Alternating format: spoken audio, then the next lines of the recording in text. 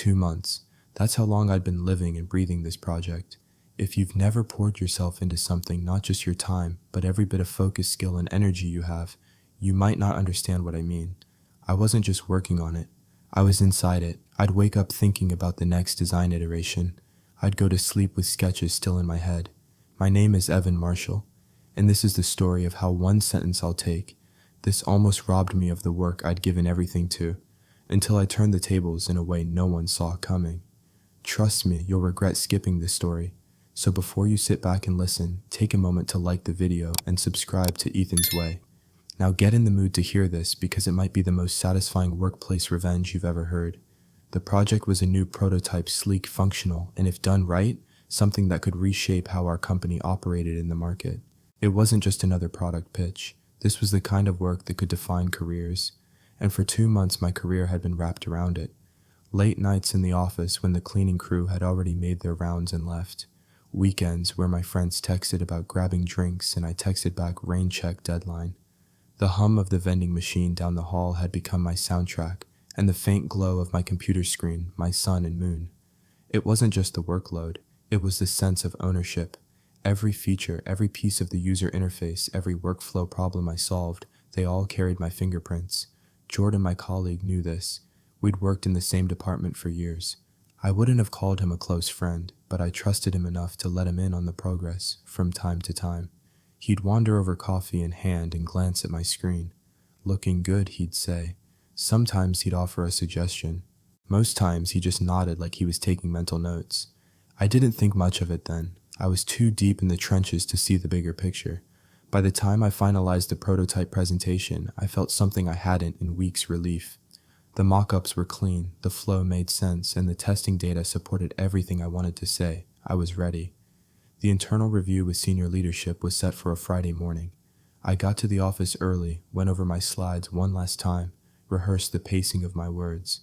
My stomach was tight, but it was the kind of nervous energy that comes from knowing you've done the work. What I didn't know was that the most important part of that meeting wouldn't be the prototype itself. It would be the moment when Jordan, sitting 2 seats over, leaned forward as the CEO called for the presentation to begin and said the words that would ignite a fire I didn't know I had. "I'll take this." Jordan had always been smooth, not flashy, not the loudest voice in the room, just smooth. He had this way of speaking that made people think he was being modest, when really he was steering the conversation exactly where he wanted it to go.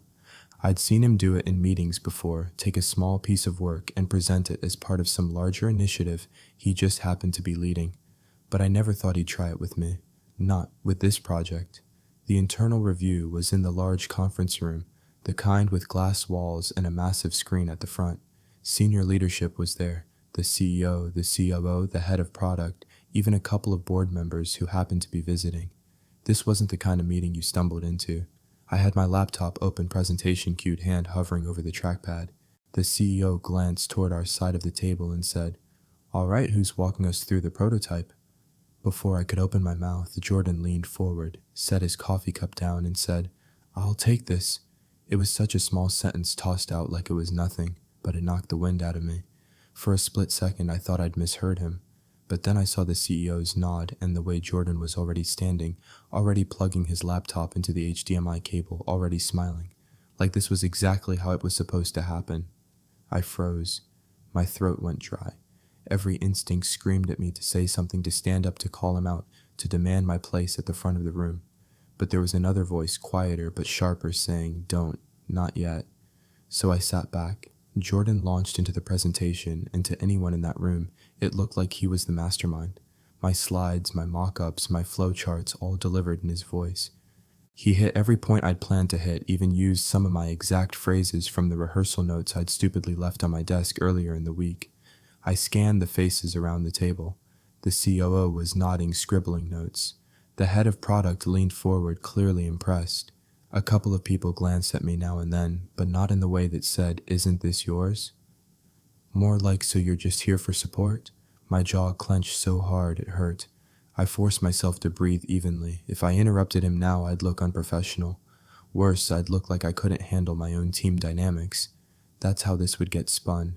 So I took notes instead, not on the prototype, I already knew it inside and out, but on him. which points he stumbled over, which questions he dodged, which places he glossed over entirely because he didn't have the depth to explain them. Because I realized something in that moment. Jordan could deliver the surface of my work, but he couldn't go deep. He hadn't been there for the endless iterations, the bug fixes, the dead ends I'd pushed through. He could pretend to be the architect, but he didn't know how the foundation was poured. The presentation wrapped up with polite applause. The CEO smiled and said, "Great work, Jordan. This could be a game changer for us."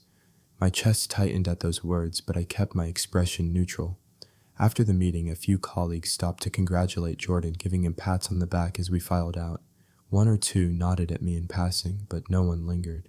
Jordan caught my eye as we stepped into the hallway.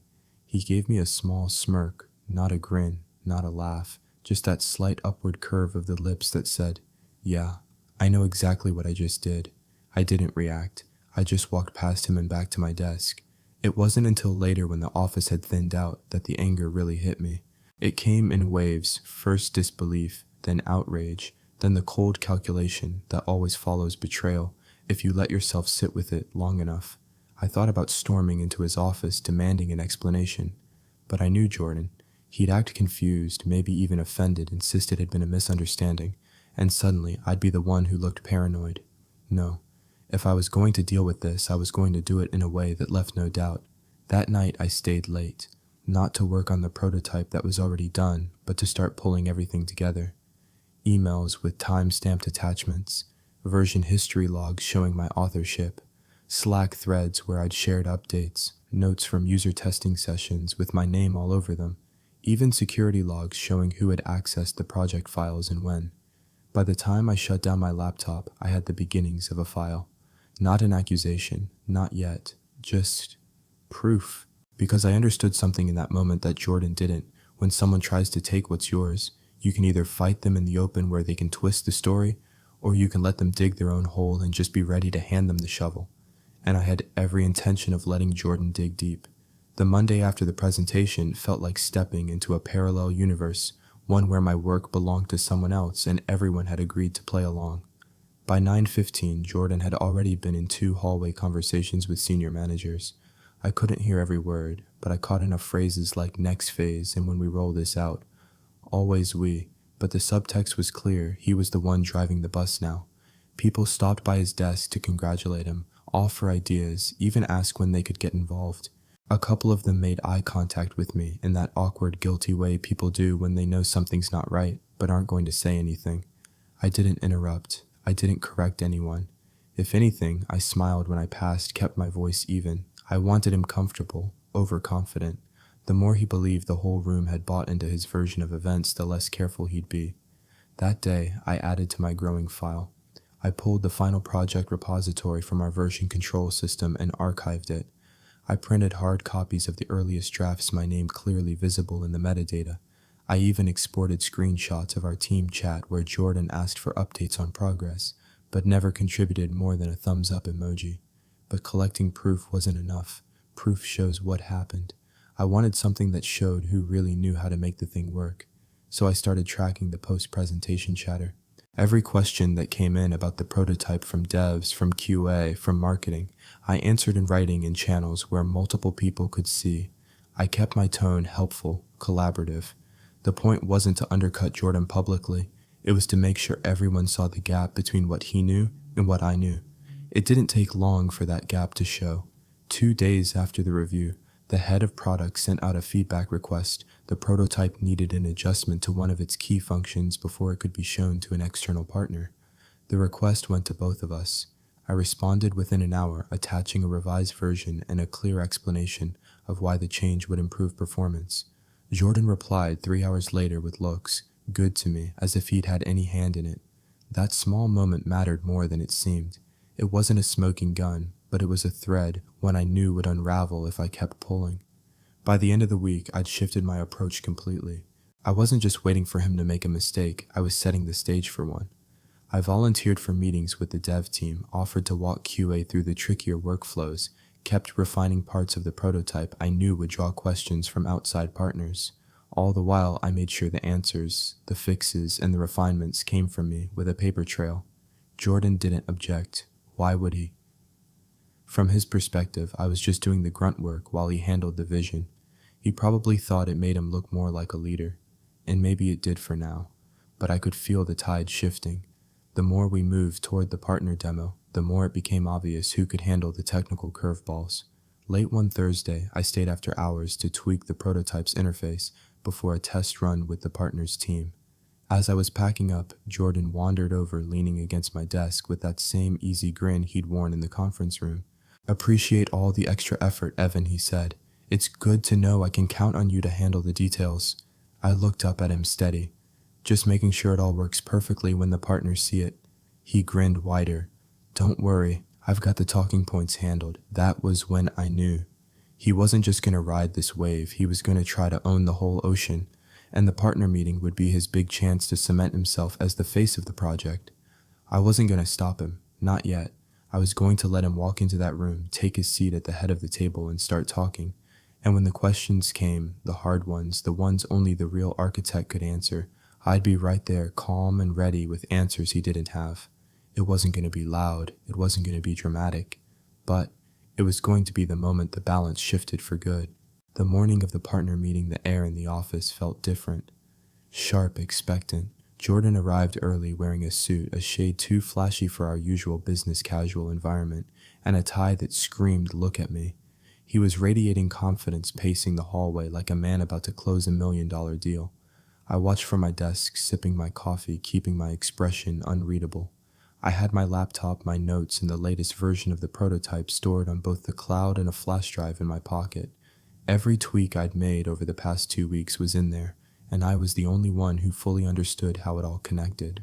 At 9:55, we headed to the conference room.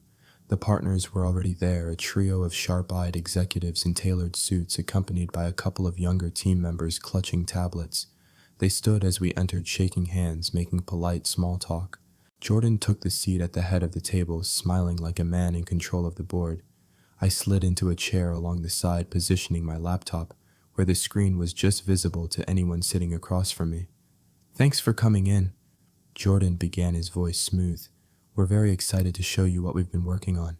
This prototype represents months of innovation, and I think you'll see it's exactly what you've been looking for." I watched him click through the opening slides. His delivery was good, polished, charming.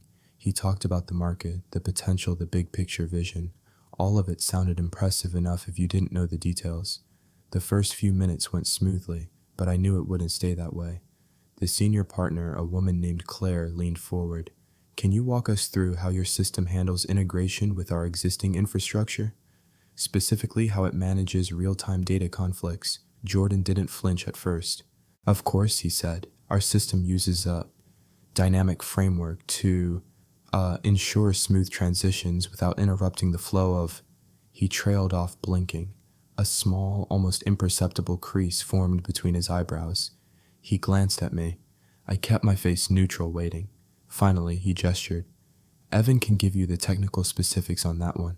I smiled politely and leaned forward. "What we've done is create an adaptive conflict resolution module that runs parallel to the main process. It identifies discrepancies as they occur, flags them for priority handling, and either merges or rolls back changes depending on the severity. That way your data remains both accurate and consistent without downtime." Claire nodded, scribbling notes. "That's clever." "And the rollback threshold, is it adjustable?" "Yes," I said. "It's built with customizable parameters so your IT team can fine-tune it for different environments." I caught in the corner of my eye the faintest twitch in Jordan's jaw. The questions kept coming, and each time the pattern repeated, Jordan would start to answer, stumble on specifics, then defer to me. After the fourth or fifth exchange, I noticed the younger partner skipping Jordan entirely and directing questions straight to me. Half an hour and Claire closed her notebook. "I have to say, Evan, your explanations have been refreshingly clear. It's obvious you know this product inside and out." Jordan laughed a little too quickly. "Well, that's the beauty of collaboration. We each bring our strengths to the table." "Of course," Claire said, but her eyes stayed on me. By the time we wrapped up, the shift in the room was undeniable. The partners shook Jordan's hand out of politeness, but when they spoke about follow-up meetings, their language changed. "Evan, can you join us next week to go over implementation? Evan, I'd love for you to present this to our technical team." Jordan forced a smile through all of it, but I could feel the heat radiating off him. When the partners left, he turned to me, voice low. What the hell was that? I tilted my head. What was what you hijacked the meeting? I met his glare calmly. I answered their questions. He stared at me for a moment, as if trying to read whether I'd planned the whole thing. I didn't give him anything to latch onto, just a steady, unshakable gaze. That afternoon, the email came from Claire Evan. Thank you for your clarity and insight today.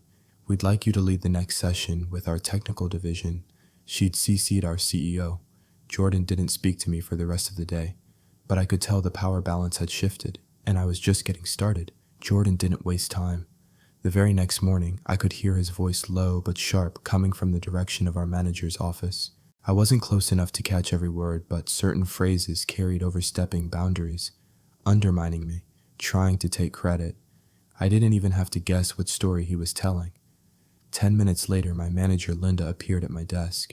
Her expression was carefully neutral, the kind people wear when they're about to tread into sensitive territory. Evan, she said, can we talk in my office? I closed my laptop, slipped the flash drive into my pocket, and followed her in. She gestured for me to sit. Jordan says you've been stepping into his role in presentations and overshadowing him. He feels like you're undermining the leadership structure. I kept my posture relaxed, my voice even. Linda. I didn't step into anything. They asked questions and Jordan asked me to answer. That's all. Her eyes narrowed slightly, studying me. He says you're trying to position yourself as the face of the project. That made me want to laugh, but I didn't. Instead, I reached into my bag and took out a thin folder. Inside was a printed, time-stamped log of the project's development code, commits, design changes, testing reports, all tied to my credentials. I slid it across the desk. Linda, I've been documenting this project from day one. If you go through this, you'll see exactly who's been building it line by line. Jordan contributed in the early brainstorming phase, but the actual design and execution, that's me. She glanced down at the papers, flipping through them slowly. I could see the small furrow between her brows deepen. This is thorough. I knew the project was important, I said quietly, and I also knew things like this could happen, so I kept records. Linda didn't say anything for a long moment. Then she leaned back. I'll talk to Jordan, but Evan, keep doing what you're doing. The partners clearly value your input. Just try not to let this turn into a public conflict. It's not good for the team. I nodded, but inside I thought public conflict isn't my style. Surgical precision is. For the next week, Jordan tried subtle sabotage, little things, changing meeting times and forgetting to tell me, leaving my name off email threads with updates, telling the junior designers to send their work straight to him instead of to me. What he didn't realize was that I had already built my own network inside the company. Developers, designers, QA testers, the people who actually made things happen, they knew who had been pulling the weight. They kept me in the loop, so every time Jordan tried to cut me out, I'd still show up with the correct files, the latest updates and answers to every technical question. He started looking flustered in meetings, glancing at his notes more often, speaking faster like he was trying to outrun the moment someone noticed the cracks. Then came the final blow. The partners scheduled a second big meeting, this time with the technical division, the one Claire had specifically asked me to lead. The invite came through with my name at the top, CC'd to the CEO, the CTO, and Jordan. The morning of the meeting, Jordan walked in with a new tactic, false confidence. Let's run through the deck together, he suggested, as if we were a team again. I smiled. Sure, but just so you know, the version I'm using is the one I finalized last night. His brow furrowed. Finalized? Yep, I said, clicking open my laptop. The slides were sharper, the flow tighter, and most importantly, they contained several technical demonstrations I'd never shown him. Live demos that only I knew how to run smoothly. At the meeting, I walked the technical team through every part of the prototype fielding questions with calm precision. The live demos ran flawlessly. I could feel the momentum in the room building with every nod, every note scribbled down. When we finished, Claire smiled at me. Evan, I think we've seen enough to move this forward. Fantastic work. The CTO leaned back in his chair. Agreed, this is strong. Let's talk next steps. Jordan sat silent, hands folded tightly on the table. By the end of the day, an email went out from the CEO, effective immediately. Evan will serve as the lead for the prototype's development and client presentations moving forward. Jordan wasn't mentioned. The email didn't just land in inboxes, it detonated. It had been sent by Claire, our department head, and it was only 3 lines long. Effective immediately, Evan Marshall will serve as the lead for the Atlas project. All updates and client communication should be directed to him. Let's work together to ensure a successful launch. In corporate language, it was as decisive as a gavel hitting the bench. No qualifiers, no temporary or for now, just a clear, unambiguous shift in leadership. By the time I walked into the office that morning, the ripple effect had already started. People who'd barely made eye contact with me in weeks suddenly dropped by my desk offering congratulations. A few even made small talk about the project as if they'd been part of it from the beginning. But Jordan, he didn't say a word. He sat at his desk with his chair angled away from my pen, tapping against a notepad in a restless, uneven rhythm. He didn't look up when I walked past him to refill my coffee, and he didn't join the small group gathering around my workstation to ask questions about the next client milestone. I knew that pen tap, it was the sound of him thinking, scheming. Around 2 hours that afternoon, Jordan finally appeared at my desk, wearing a smile that didn't come close to his eyes. Got a sec? I glanced at my open calendar. Sure. He gestured toward the break room, and I followed. As soon as the door shut behind us, the smile dropped like a mask. You've been playing dirty, he said flatly. I leaned against the counter.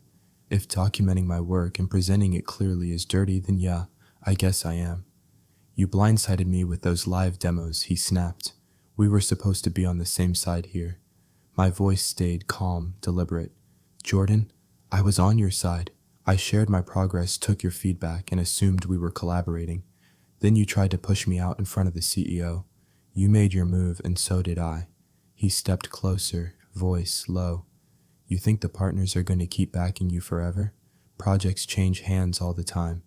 I make a few calls and your little lead role disappears. I met his stare and allowed myself the faintest, slowest smile. You could try. But if you do remember, every significant decision, every prototype change, every client approval is documented with my name on it. And if I have to, I can make sure everyone sees who tried to take credit for someone else's work. You'd lose more than just a project. For the first time since I'd known him, Jordan hesitated. Just a flicker, but enough to show me he'd heard the warning loud and clear. The days that followed were quieter. Jordan still came into work, still handled his regular assignments, but his presence had lost that restless, predatory edge. He kept to himself in meetings, speaking only when asked. I, on the other hand, doubled down. I didn't gloat.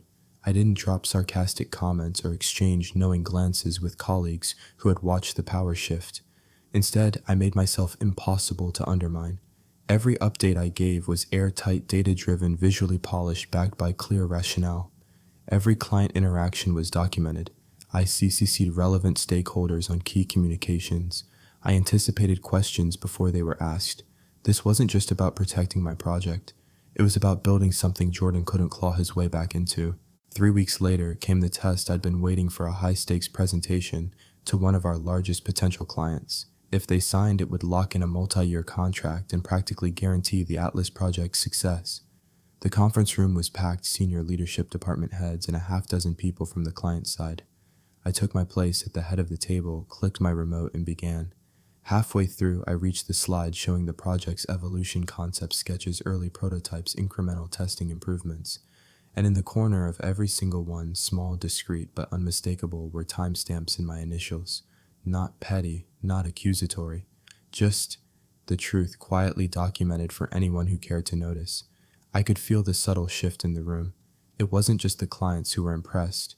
My own leadership saw the through line of my work start to finish. No one else could have stood there delivering that presentation with the same authority because no one else had been in the trenches for every single decision.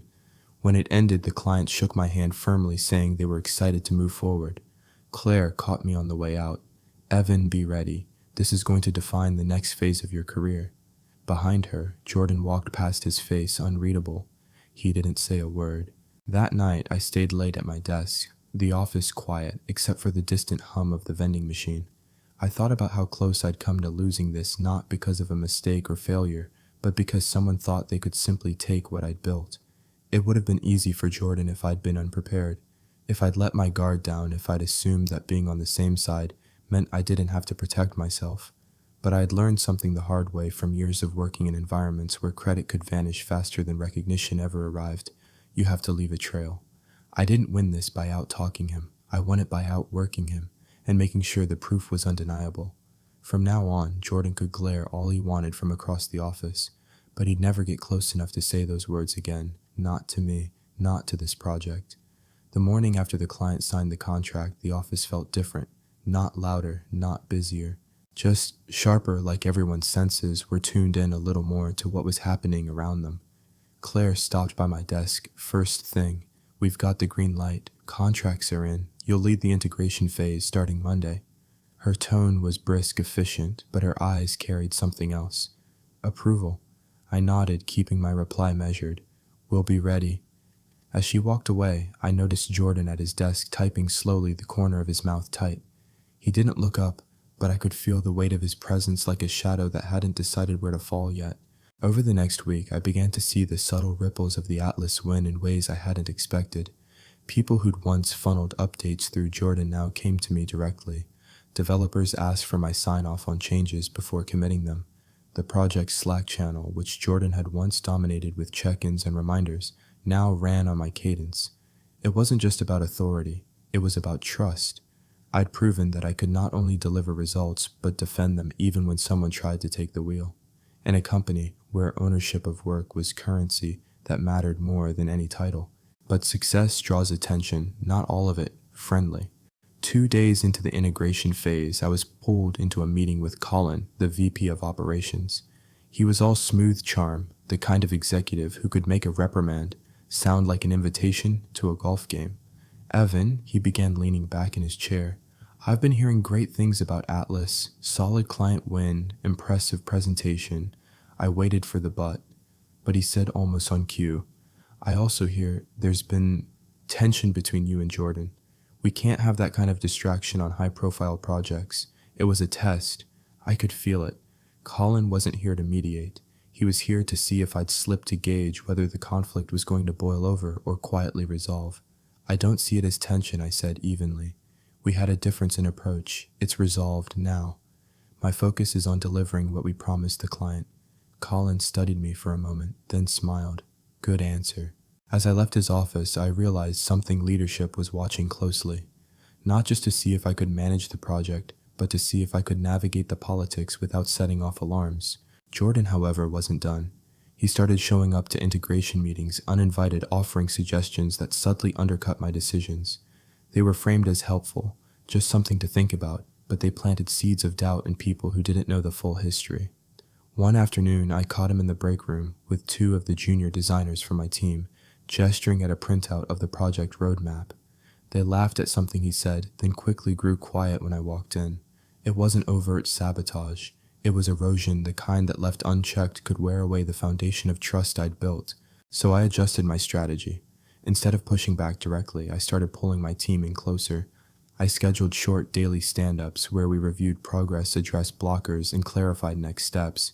Every key decision was documented in the project log, visible to all stakeholders. I also began giving credit publicly in meetings and emails on Slack. If a junior designer solved a tricky UI issue, I made sure everyone knew. If a developer streamlined a process, I highlighted it in the client update. By reinforcing the value of the team, I made it harder for Jordan's whispered doubts to take root. The turning point came at the end of the first integration sprint. We'd hit our milestone ahead of schedule, and Claire called a quick check-in with the client. Halfway through the meeting, the client's lead contact said, "We just want to acknowledge how seamless this phase has been. Evan's team has been on top of every detail." There it was.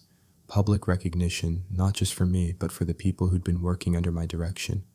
Jordan, sitting in the corner of the room, smiled faintly, but it wasn't the smug smile of someone who thought he still had leverage. It was tight, almost brittle, like he'd realized he was losing his grip. That Friday, I stayed late again, reviewing our next sprint plan. The office was quiet except for the low hum of the HVAC and the faint click of a keyboard across the room. Jordan was still there. He glanced up as I passed his desk, then looked back at his screen. For a moment, I considered just walking on, letting the silence stand, but something in me wanted to end this dance. "Jordan," I said, stopping at his desk, "you and I don't have to like each other, but this project is bigger than either of us. If you've got ideas, bring them to me directly. If not, maybe focus on your own work." He leaned back in his chair, eyes narrowing. "You think you've won something." I met his gaze. "No, I think the client won something, and I'm not about to let that get lost in office politics." We held the stare for a few seconds longer before he turned back to his monitor. "Have a good night, Evan." It wasn't agreement, but it was retreat. Walking out of the building, I realized something. The real win wasn't the title or the contract, or even the fact that Jordan had been sidelined. The win was knowing that I'd built something solid enough to withstand a challenge, and that the people around me had seen it happen in real time. From here on out, Jordan could circle, snipe, and scheme all he wanted, but the center of gravity had shifted, and I wasn't moving.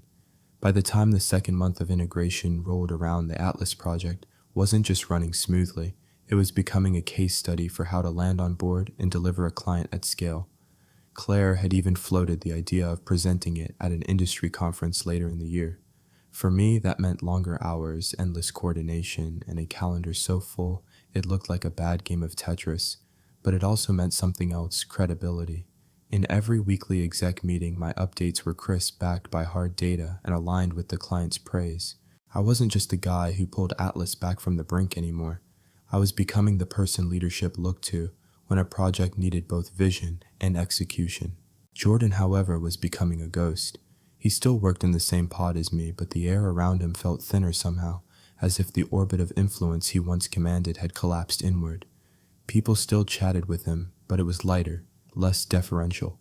The questions that used to go to him by default were now routed to me or my leads, but I knew better than to think that made him harmless.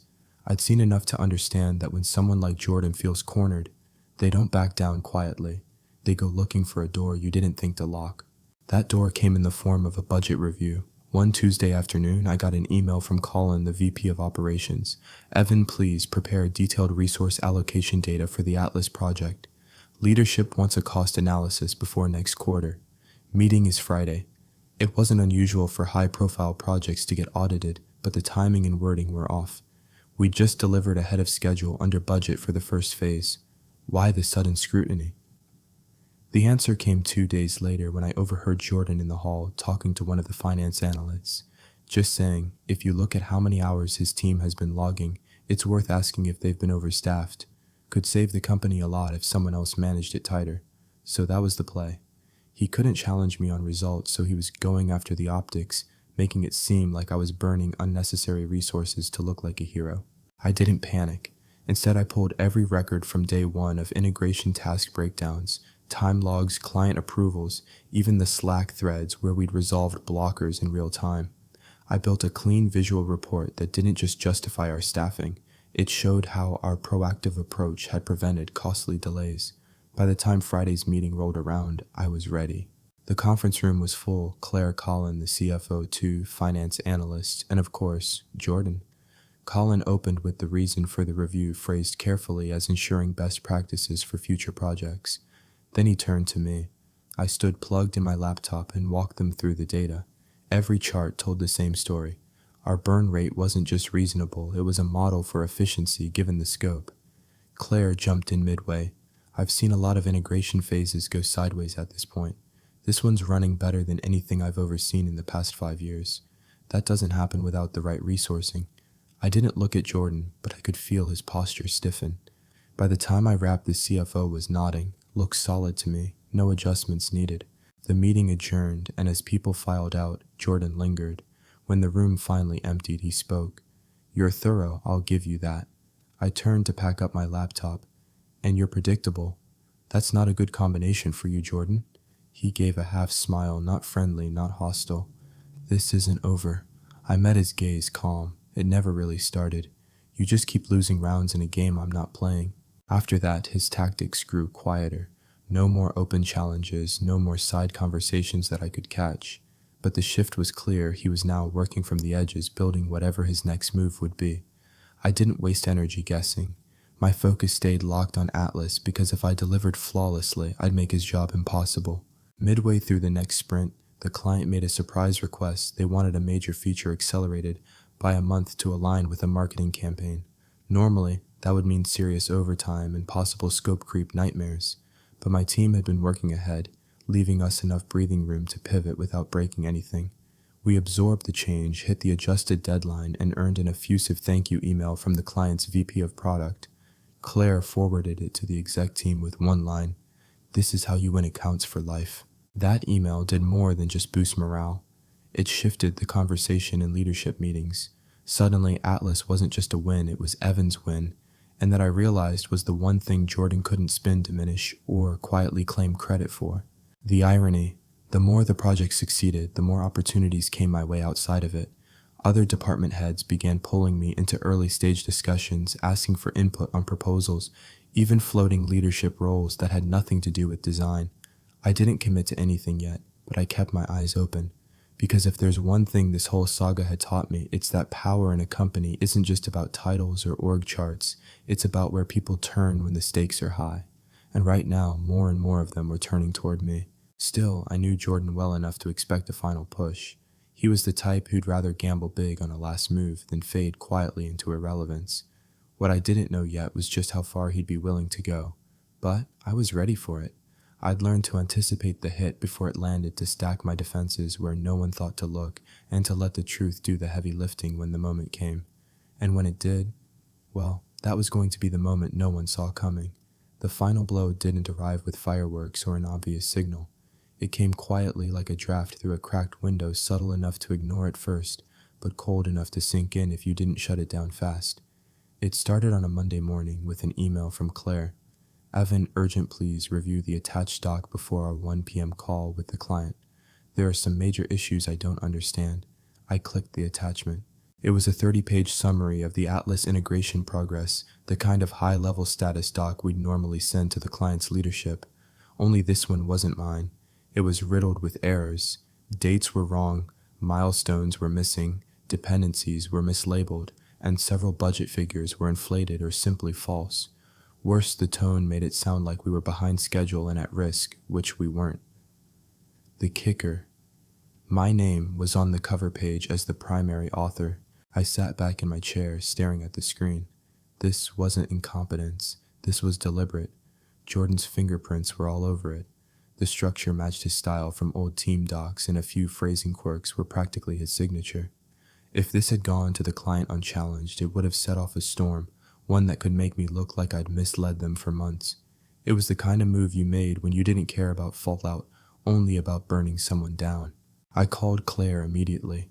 "Where did you get this doc?" I asked. "It came through the shared drive this morning," she said.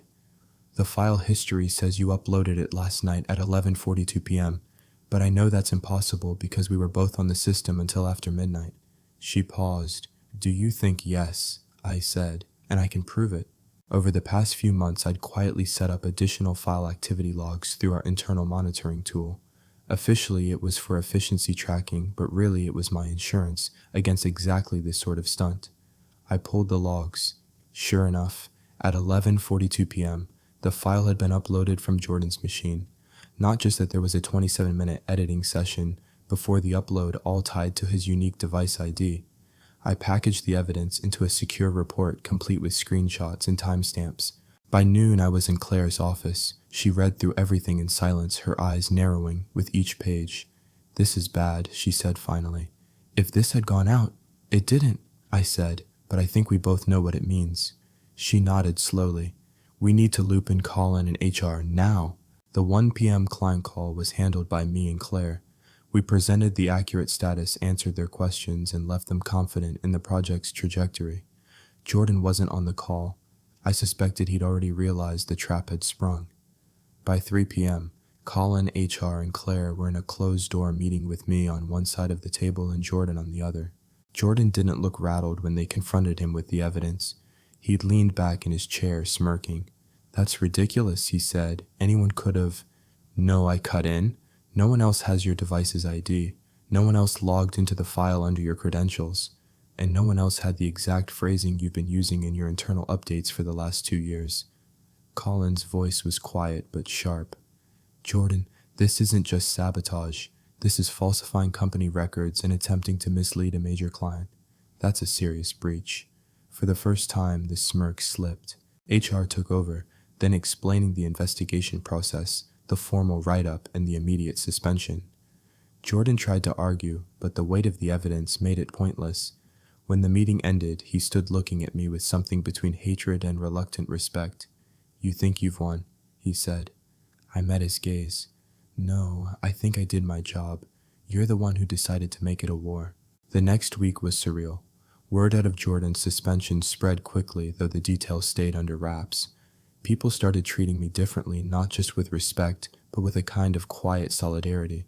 They knew something had gone down, and they knew I'd come out clean. Claire called me into her office on Thursday. "The board's impressed?" she said. "You've handled yourself professionally under pressure most people couldn't imagine. When this is over, there's going to be an opportunity for you to lead at the department level. Think about it." I left her office with mixed feelings. Yes, I wanted the role. Yes, I'd earned it, but I couldn't shake the bitter aftertaste. Jordan and I had started in this company around the same time. We could have been allies. Instead, he'd turned every interaction into a power play, every project into a battlefield, and in the end, he destroyed himself trying to destroy me. A week later, HR confirmed it. Jordan's employment was terminated. No fanfare, no goodbye email. His desk was cleared out by facilities overnight. I thought I'd feel triumphant. Instead, I felt done. The fight was over, and the only thing left was the work. Still, there was one thing I couldn't resist. On my way out that evening, I passed his old desk. It was stripped bare except for a lone sticky note stuck under the monitor stand, probably left behind accidentally. It read, "Always stay ahead." I smiled, shook my head, and walked away. He wasn't wrong. He just never understood that staying ahead wasn't about cutting throats. It was about building something no one could take from you. For a while, it felt like the air in the office was lighter. Without Jordan's constant shadow, his sidelong remarks, his competitive smirks, his habit of inserting himself into every conversation, the atmosphere actually felt breathable. People spoke more openly in meetings. There were fewer passive-aggressive emails. Even small things like the fact that no one accidentally erased my whiteboard notes anymore added up to a strange new normal. But a vacuum never stays empty for long. 2 weeks after Jordan's departure, Colin called me into his office. "We need to talk about Atlas," he said. I braced myself. "What about it?" "There's a snag with the final phase," he said. "The client's CFO is pushing for an accelerated delivery 2 months earlier than planned. They want to announce the integration at their annual shareholder meeting. If we pull it off, it'll be huge for us. If we miss, it'll be bad." "And I suppose they want me to lead it?" I asked. Colin leaned back, studying me. "You've already been leading it. The question is whether you want to make it official. Department head role, full control over Atlas and the team. It was everything I'd been working toward, but it also meant stepping into a spotlight that Jordan had spent months trying to paint me unworthy of. I said yes. The next day, an announcement went out. Evan Marshall will assume leadership of the Atlas integration, effective immediately.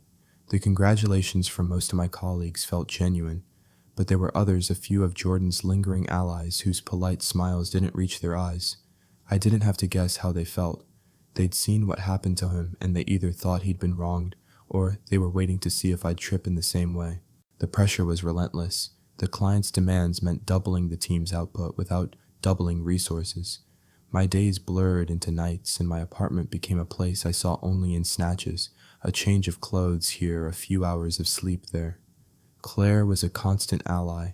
She'd stop by my desk late in the evening with coffee or a quiet word of encouragement. I didn't forget that she'd been the first to back me when the sabotage came to light. Still, the stress gnawed at me. Every meeting was a performance. Every deliverable was a test. I'd won the battle against Jordan, but now I was fighting the war to prove that I deserved the win. Then came the email. It was from an address I didn't recognize, but the subject line stopped me cold. "Thought you should see this." The body contained one line, "Not everyone is happy about your promotion." Below it was a screenshot, a Slack thread from a private group chat. My name was in it, surrounded by sneering comments about how I'd played the victim to climb the ladder. Some of the names in the chat were familiar. One of them belonged to someone on my own Atlas team. I stared at it for a long time before closing the window. Jordan was gone, but his echo wasn't. Whether these people were loyal to him or just resentful of me, it didn't matter. They were still here, and they were watching. The difference was that now I knew how to handle it. Instead of confronting anyone immediately, I focused on results. I tightened our workflows, introduced short daily stand-ups to keep communication transparent, and started documenting every milestone in detail. If anyone wanted to question my leadership, they'd have to argue with facts, not gossip. At the same time, I quietly traced the origin of the screenshot. Digital trails are hard to erase completely, and within a week I knew exactly which team member had leaked it. It was someone I'd thought of as neutral, not close to me, not close to Jordan. The kind of person who smiles in meetings and nods a lot without committing to anything. I didn't call them out publicly, that would have turned it into a spectacle. Instead, I reassigned them to a peripheral role on the project one that still mattered, but kept them far from critical decisions. They didn't complain, but I noticed the shift the way they avoided my gaze in the break room, the sudden politeness in emails. It wasn't about revenge this time, it was about stability. As the weeks passed, the team hit milestone after milestone. The client's tone shifted from cautious optimism to open excitement. By the time we reached the final handoff, Atlas wasn't just a success, it was ahead of schedule. The announcement at their shareholder meeting made headlines in the industry. Colin sent me a simple email afterward. "You did it." That night, I left the office late. The building was quiet, the kind of quiet you only get when the work is done, and there's nothing left but the hum of the air system. I stood by the window for a long moment, looking out over the city lights. Jordan had wanted this view, the corner office, the title, the recognition, and in trying to take it from me, he'd cleared the path for me to have it. I didn't feel the need to gloat. The real victory wasn't in beating him, it was in building something solid enough that no one could knock it over again. But as I packed my bag to leave, I found myself glancing toward the empty desk where he used to sit, not out of nostalgia, out of understanding. Because in another version of this story, I could have been him, and that thought stayed with me longer than any win. I thought Atlas would be the peak. After all the months of tension, the sabotage, and the quiet battles behind closed doors, delivering that project felt like crossing a finish line. But I should have known better. Life in a company like ours doesn't give you finish lines, only checkpoints. And sometimes right after one victory, a new storm is already building on the horizon. 2 weeks after the shareholder announcement, Colin called me in again. This time he didn't have that measured pride in his eyes. Instead, he looked uneasy. "What's wrong?" I asked. "We've had a complaint," he said, his voice low. "From HR. About you." I felt my stomach tighten. About me. "Yes. An allegation that you created a hostile work environment on the Atlas project." For a second, I just sat there, letting the words hang in the air. Hostile work environment. It was vague but dangerous. Those words could be twisted into almost anything if someone was determined enough.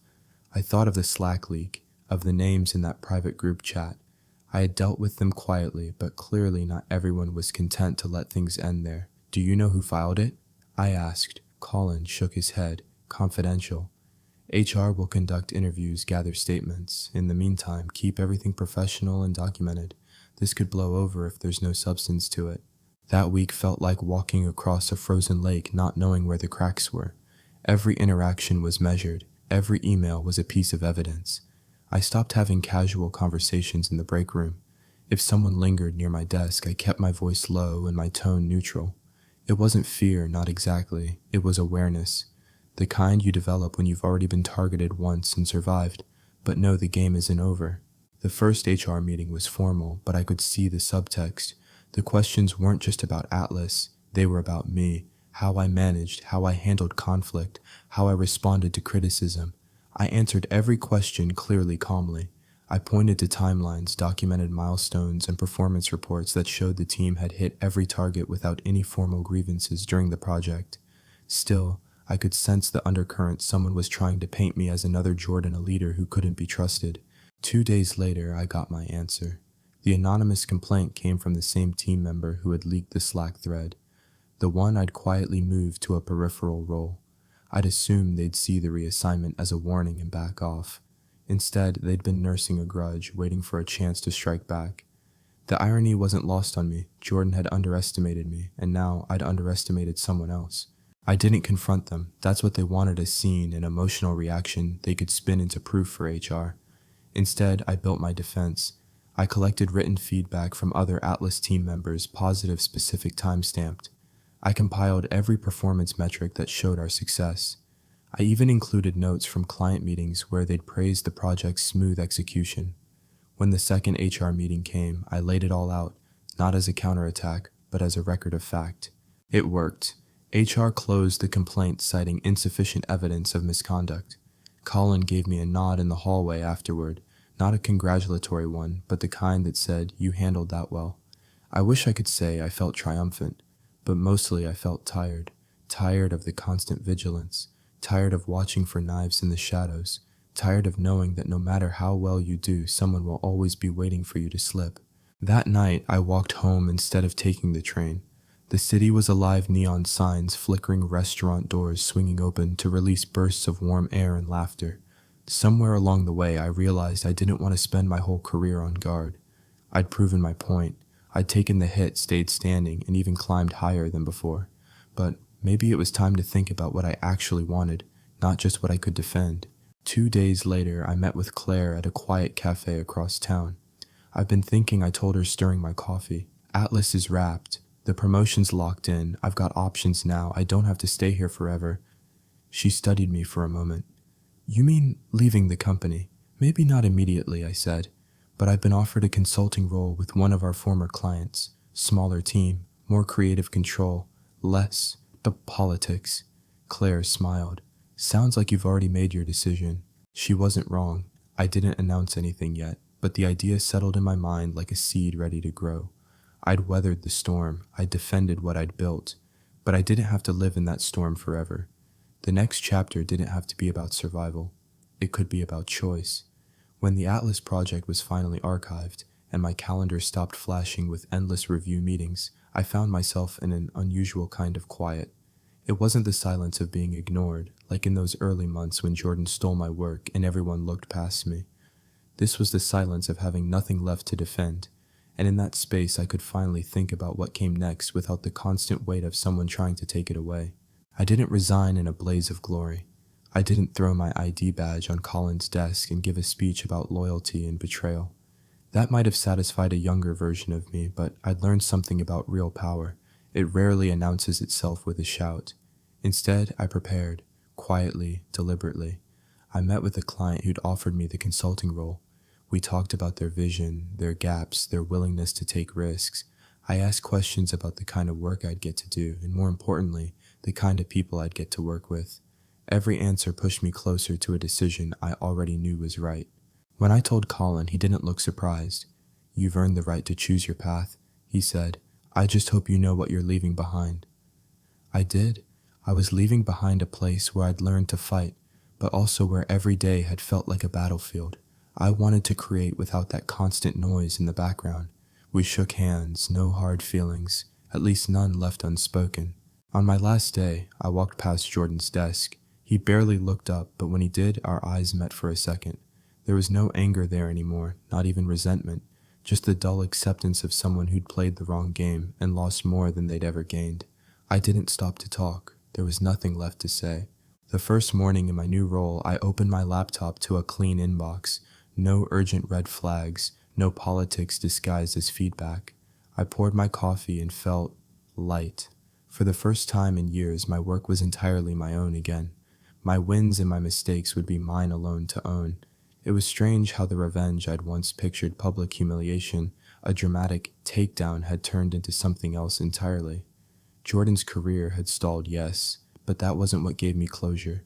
What gave me closure was the fact that I'd walked away on my own terms, carrying my work, my reputation, and my future intact. Looking back, I think about the moment in that boardroom when Jordan had said, "I'll take this." At the time, I thought he'd stolen the best thing I'd ever done, but in hindsight, it was the best thing he could have given me. He forced me to see what I was capable of under pressure. He forced me to prepare for battles I didn't know I could win. And ultimately, he forced me to outgrow the place where I'd once been content to just survive. If there's one thing I learned, it's this. Sometimes the person who tries to take everything from you ends up handing you the map to something better. The trick is to keep your head, keep your proof, and never let them see you panic. Let them think they've won until the moment you walk past them not looking back, because that's when you'll know the real victory isn't taking them down. It's moving so far ahead, they can't even reach you anymore. I closed my laptop that first day in the new job, the city lights coming on outside my window, and realized I was finally where I wanted to be, not because someone gave me permission, but because I'd claimed it, and that more than any revenge was the sweetest ending of all.